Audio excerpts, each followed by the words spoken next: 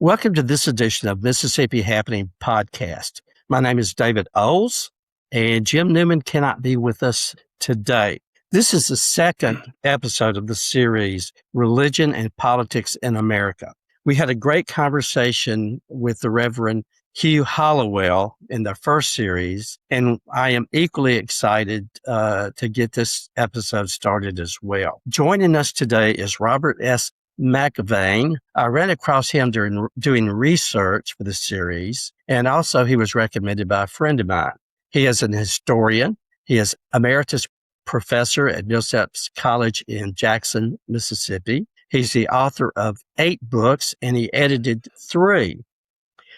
Bob, it's great to have you with us today. Great to be with you, David. Bob is the author of one of the books that I do want to talk about today. It is Grand Theft Jesus. This is a book that he published in 2008, Grand Theft Jesus, The Hiking of Religion in America Today. And it is available on Amazon Kindle for $5.99.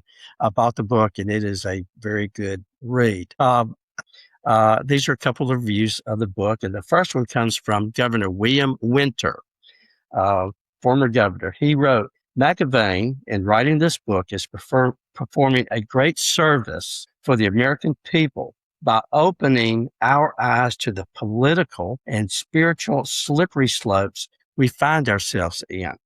Grand Theft Jesus is just exactly what we need to counter the disturbing political forces that are seeking to co-opt religion in our country for their very selfish purposes. And that was from Governor William Winter.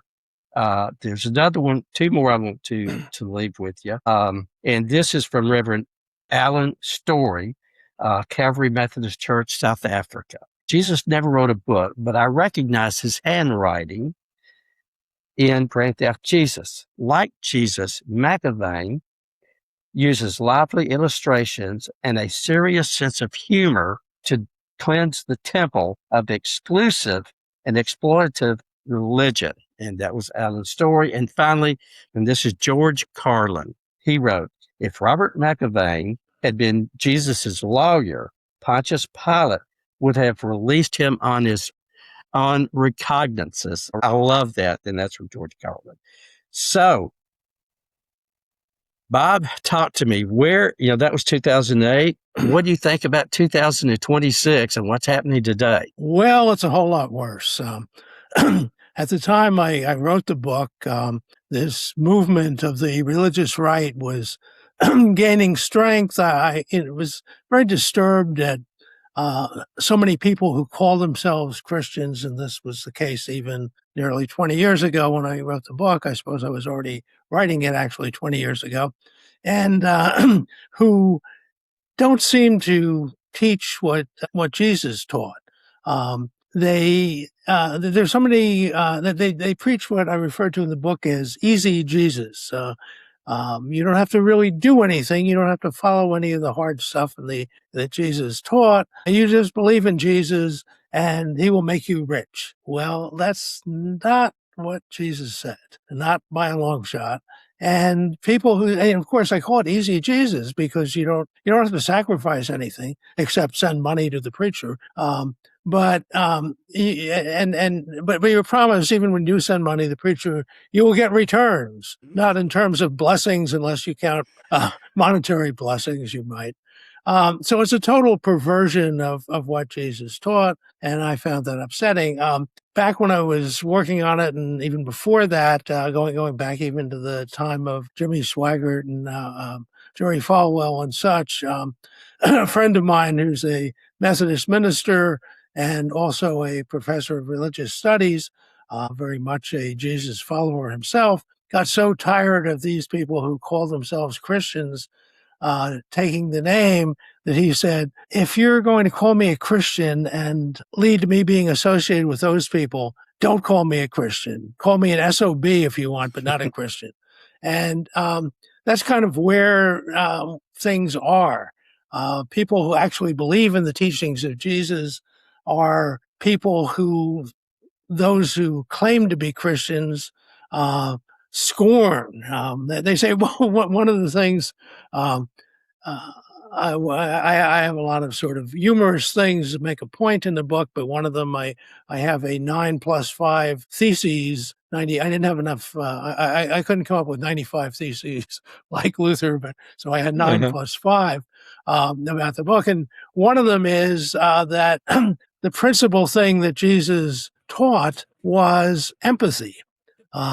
Putting yourself in the shoes of another person, trying to help those who are in need. And now the leading voices on the right take, if we must, Elon Musk as an example. He says that empathy is the greatest bug in Western civilization.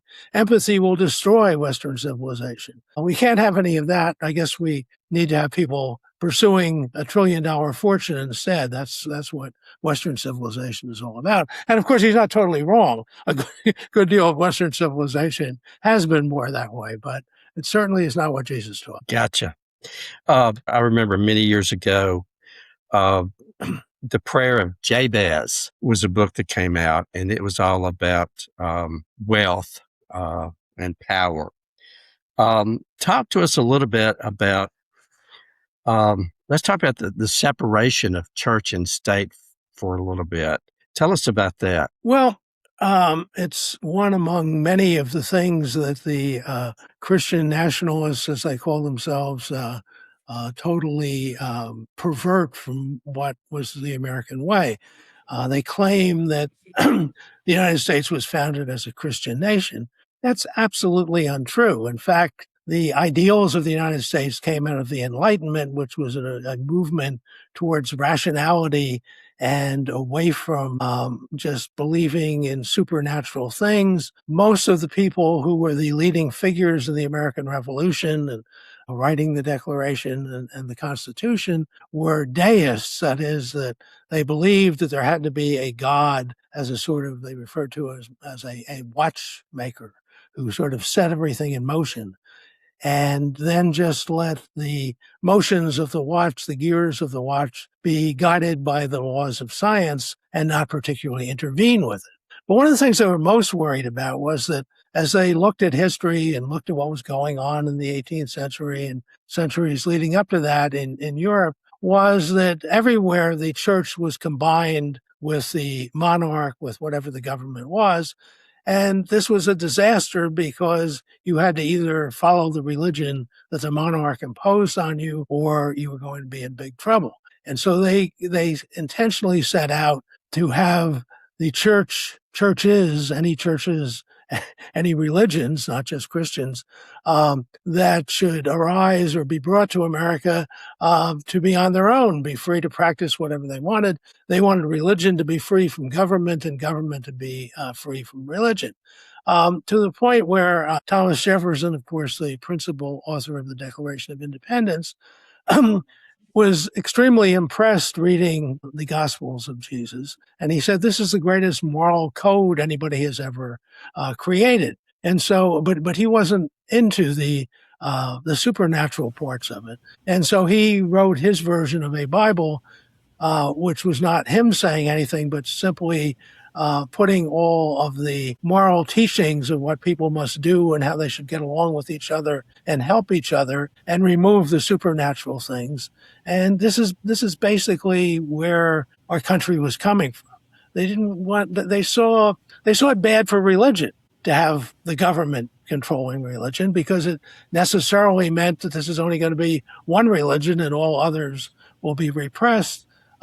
People, if we're going to be free, we have to have freedom of religion as well. So this idea, they talk about God. Actually, Jefferson talks in the Declaration about nature's God, which is not perhaps quite the same as the God the right-wingers talk about today. But they were absolutely intent on it not being a Christian nation. That doesn't mean at all that they didn't want us to be following the prescriptions of Jesus for how we should act and how we should get along, but not practicing any single religion. Understood.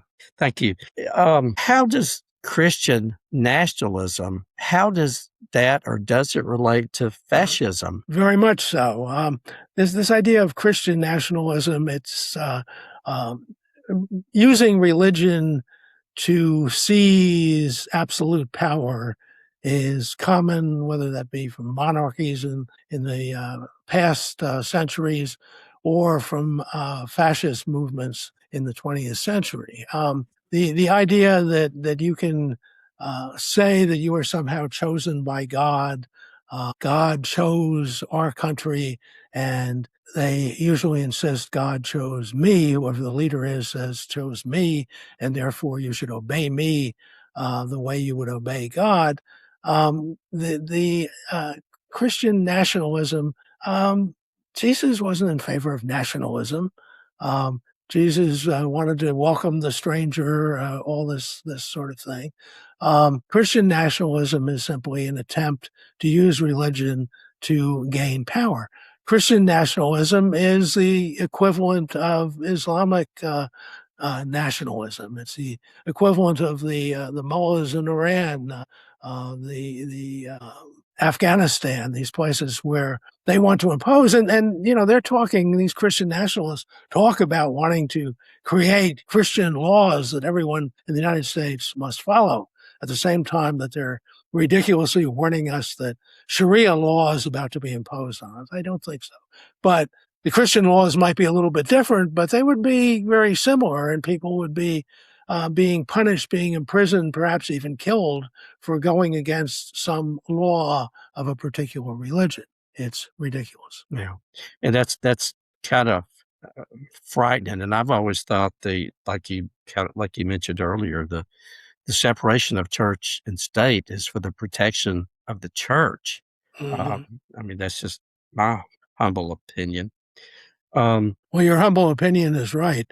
Not just a matter by which I don't mean I disagree with it, but if you look at the facts, the documents, and it's right. A lot that we hear from the evangelicals is that it's always the 10 Commandments: "Thou shalt not, thou shalt not, thou shalt not."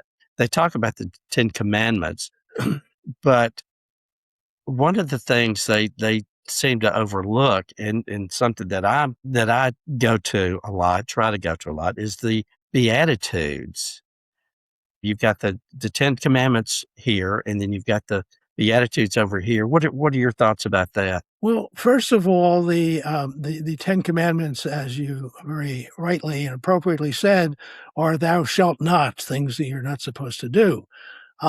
Certainly, Jesus also talked about things you're not supposed to do, but the emphasis was on the things you should be doing. And as far as following things in the old Hebrew law and the Torah, 10 Commandments are one thing. I mean, basically, there's nothing wrong with at least most of them. But Jesus specifically said that he was bringing a new law. He said, you have been told, for instance, you have been told to love your neighbor and hate your enemy. I'm saying, no, you need to love your enemy as well. And this is the sort of thing that, the reason I refer to the right-wing people as easy Jesus, they basically say, love your enemy, give to the poor. Basically, that word well, I'll use the word crap. For some reason, one four-letter word's acceptable, another isn't. That crap's too hard. We're just going to ignore that. They don't pay any attention. The essence of Jesus' teaching is a Sermon on the Mount. But that stuff, they don't want anything to do with that because that's hard. So I bring it up on my screen here and read it to you. Okay. The Jesus Thieves Beatitudes. Jesus Thieves, I like that. Yeah, that's part of the title of the book. So this is basically the way it seems to me they take the Beatitudes. Blessed are the haughty in spirit, for theirs is the kingdom of heaven. Blessed are those who exalt over others, for they shall be further rewarded. Blessed are the arrogant, for they shall inherit the earth. Blessed are those who hunger and thirst for domination, for they shall be satisfied. Blessed are those who show no mercy, for they shall obtain the wealth of others. Blessed are the hard in heart, for they shall see God. Blessed are the war makers, for they shall be called sons of God. Blessed are those who persecute for their own sake, for theirs is the kingdom of heaven.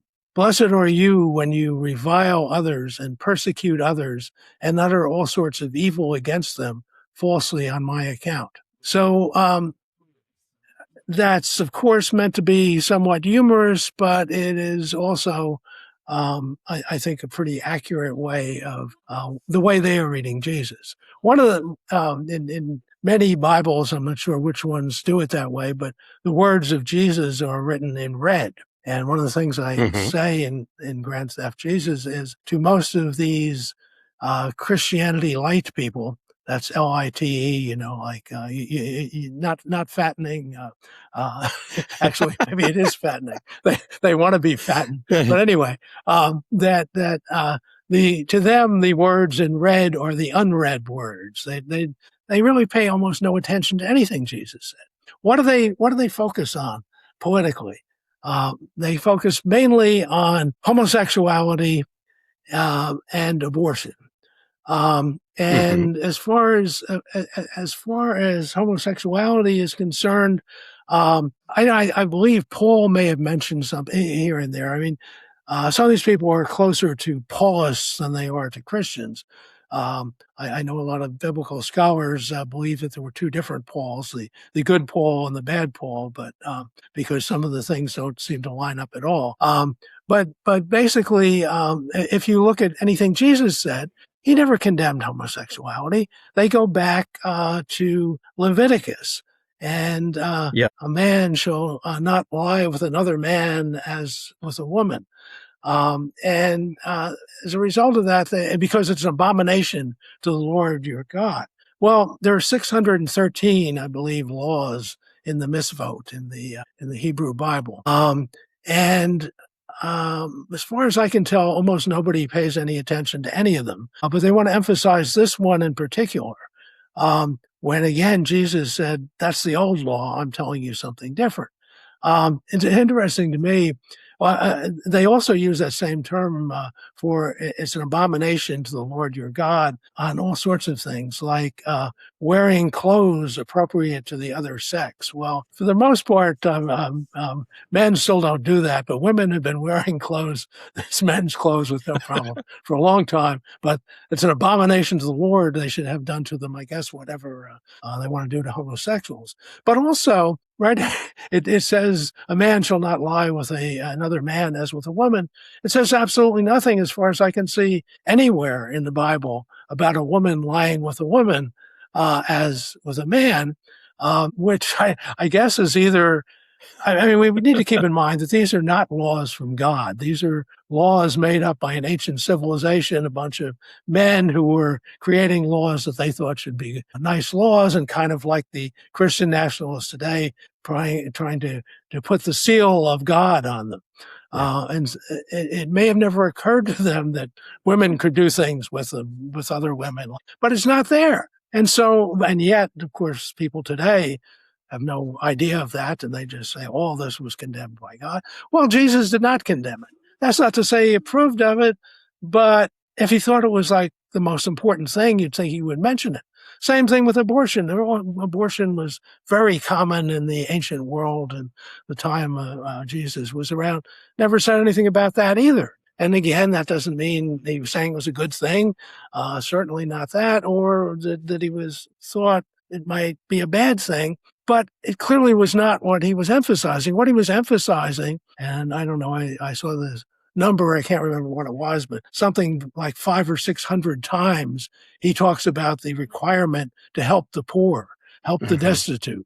They don't want to do any of that. They just want to go around looking for homosexuals, stopping women from having control over their bodies. Understood. You talked about those laws. I'm a big fan of The West Wing, and there's a great scene President Bartlett, is talking to this woman is sitting down, but anyway, he recognized her. They get this conversation, and he talks about the tight ass society, which he talks about the laws and the different things that the law says when she throws up homosexuality. So uh, I love that episode of The West Wing. What was the one of the things that you talked about was taking care of your neighbor. Who is your neighbor? Yeah. Yeah, that's a very good question because try to condense this as much as I can, but it does sort of come naturally to humans to feel the most connection with those closest to them, their immediate family, their extended family, and then going back through prehistory, generally relatively small numbers, a few hundred people who might be in their group. But at the same time, drawing a line around who is considered sort of concentric circles. You care most about the people you are most related to. And the further out you get, the less connected. And that may have worked all right when societies were simple and there wasn't much wealth and most people were living in groups where they didn't really run into people who were too different. But as populations grew, as people started living in cities, even in the ancient world, much smaller cities than we have today, of course, but they're in contact with different people. And so basically what I think happened, and it's not just with the Hebrews, but what the Hebrews were doing was taking the concept of neighbor and stretching it out to be the people of Israel, not just your close relatives, not the people who live in your town or even your local area, but to see everybody the people of Israel. And a lot of these laws are what you are not allowed to do to your brethren, the people of Israel, but you can do it to other people. Thou shalt not enslave your brethren, the people of Israel, but you can enslave other people. You shall not harm anybody in your own group, but you can do it to outsiders. So they're extending it. And I think, and Jesus was not the only one doing this. The Buddha, for instance, a few hundred years earlier, was kind of doing the same thing. Confucius kind of suggested the same thing. One of the things Confucius put out, and basically the same thing that Jesus put out, I think is best translated as do unto others as you would unto brothers. That is to extend this feeling to everybody. Mm-hmm. Now, that's very difficult to do because we have this innate idea to, distrust strangers. Presumably that was evolutionarily beneficial because the strangers might be dangerous. But in a world where people are all mixed together and have different beliefs and look different, and that really is kind of one of the things the United States was based on, that we would have, dare I say, diversity, equity, and inclusion. Welcome people from everywhere. They constantly talking about that at the time of the revolution. It seems through the years, words have changed meaning. Conservative back 20, 30, 40 years ago meant one thing, and today it means totally another. The word Christian. Who is a Christian? I had a conversation with my minister the other day when I was at church, and we were a great guy. We have great conversations. I'm not a Christian. And he kind of backed up and looked at me, and he says, what? I says, in today's world, I don't follow what the evangelicals are preaching.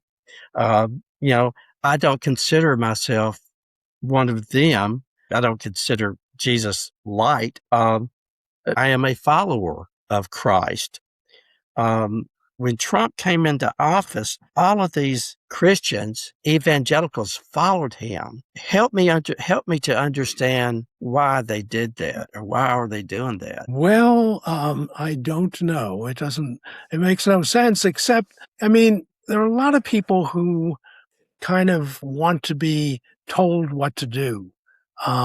This is very strange because in addition to the so-called Christians following with Trump and all these people, and as you say, calling themselves conservatives is ludicrous. I mean, I am not somebody most people would refer to as a conservative, but I'm way more conservative than these people are. I would like to conserve the ideals of 1776 and the Constitution and build a better America that heads towards those goals.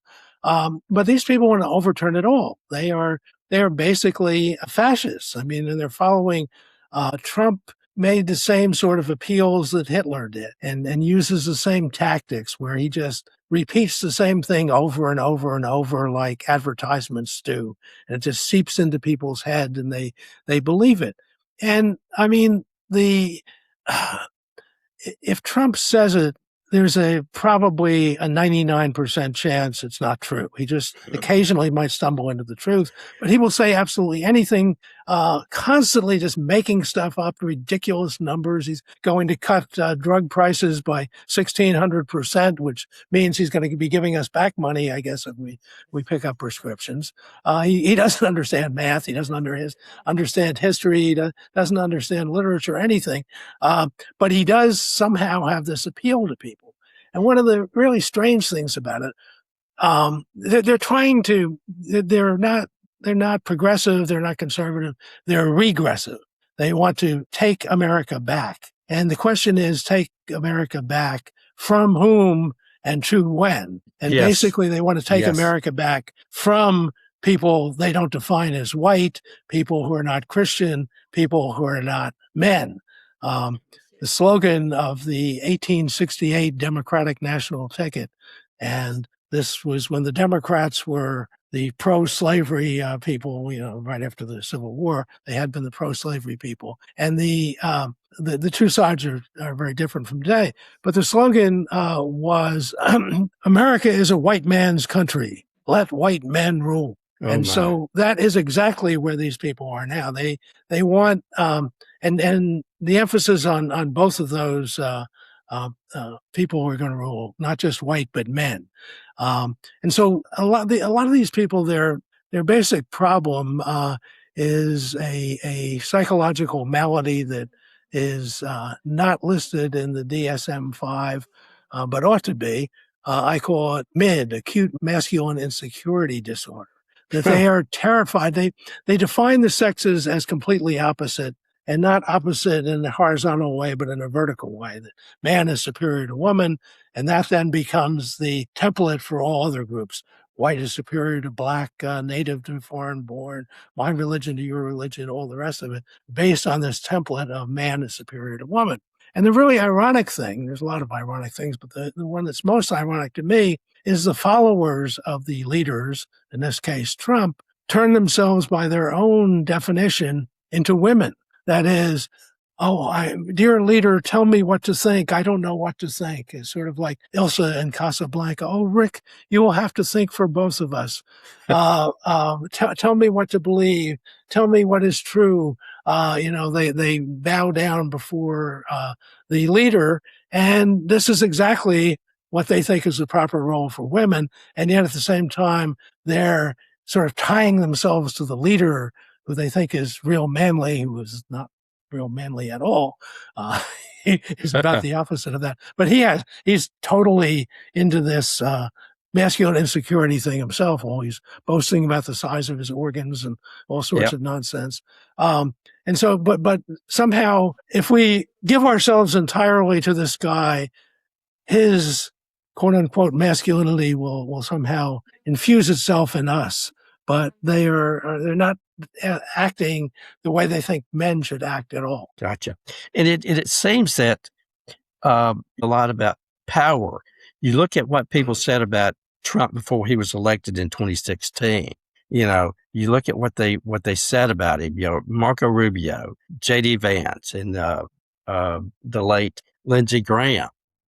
And he's the answer to all their problems. And I'm assuming that's a power grab. Would you say that?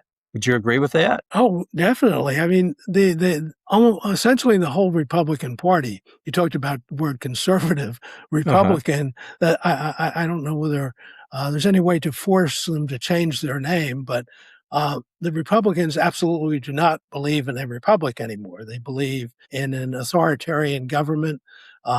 basically a dictatorship, what they refer to as the unitary executive theory. Well, the unitary executive means one man has all the power. That's also called an authoritarian government or a dictatorship. And so they don't believe in a republic. They don't want checks and balances. They want one guy to have all the power. And so I don't think the Democrats, for whatever problems they might have, do still believe in democracy, but the Republicans don't believe in a Republican form of government. And of course, as soon as he got power, and he makes it absolutely clear that the only way he will support you is if you become become a woman for him. I don't know what sort of language you want used here, but basically, you become my bitch, and then I'll take care of you. You don't, I'm going to get you beaten in a primary. You're not going to get anything. And so you either obey me, again, act like they think women should act, or you're out. And so they like where they are. They like having some. They don't have any power anymore, but they like the title and all that. But another factor, I think, is that a lot of them are really worried if they turn against Trump, that they or their families may be attacked and even killed. Because a lot of the really wild people on the Trump side, they just see such people as traitors, to our leader, to our God, to our golden calf, whatever he is, and threaten people like that. And so a lot of them are afraid, and they might say, well, I'm not really afraid for myself, but for my family. And there's some truth to that. But on the other hand, if you want to be a leader, you want people to elect you, you ought to be at least willing to take a chance for yourself. People defended democracy by fighting the Nazis in World War II. That was a lot more dangerous than speaking out against Trump. Gotcha. In closing, how do we stop this? How do we stop this madness? Yeah, well, I think they have control of basically the entire government except for the judiciary below the Supreme Court at the moment. And this was all this Project 2025 that they put out was a plan to do exactly this, basically to get rid of all the people who know anything in government, replace them with stooges that will be loyal to the leader, will do whatever he wants. Let's put somebody like Bobby Kennedy Jr. in charge of health. And it's like clowns to the left of me, jokers to the right. Here we are in Trump land again.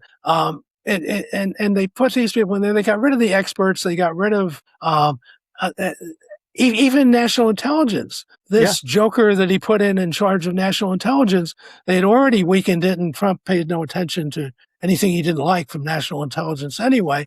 But now this guy has fired 80% of them.